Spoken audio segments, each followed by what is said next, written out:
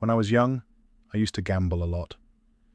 Back then, I never really had much money, because that habit swallowed everything I had. But as time passed, I changed, and I realized that no money comes without effort.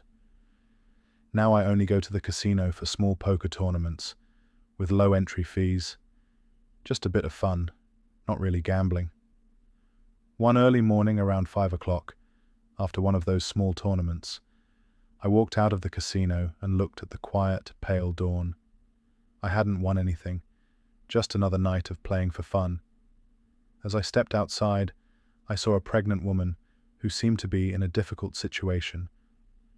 She wasn't begging, but she walked up and asked if I'd had a winning night. I understood she was hoping that if I had won, maybe I could help her a little. And although I had won nothing, I reached into my pocket and gave her a $50 note. It wasn't about winning at the casino. It was just a small act of humanity. In that calm morning, I felt it was a good way to share a bit of kindness, especially knowing that I too had experienced hard times in the past. When she saw the $50 note, her eyes filled with gratitude. She gave a small smile, realizing it was simply an act of kindness, and I felt that on that quiet morning, with that single gesture, I had shared a small piece of humanity with her. After seeing the money, she suddenly began to cry. It was as if that small act broke the dam of her emotions, and in that peaceful morning, her tears spoke louder than any words.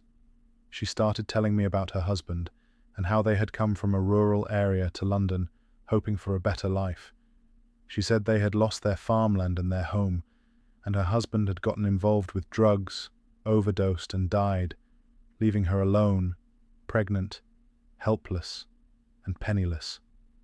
She had been drained financially, and after everything she had gone through, she had almost nothing left.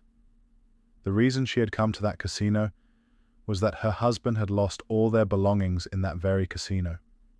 After talking with her for a while, I realized she had become homeless and was living on the streets. And since I had achieved success and financial comfort through hard work and the grace of God, an idea came to me. Because she was pregnant, I felt my offer wouldn't be misunderstood. I offered to take her to my home so she could take a shower. She was confused at first, but when she saw how sincere I was, she agreed. I got a black cab and took her to my house in a good neighborhood in London. She took a shower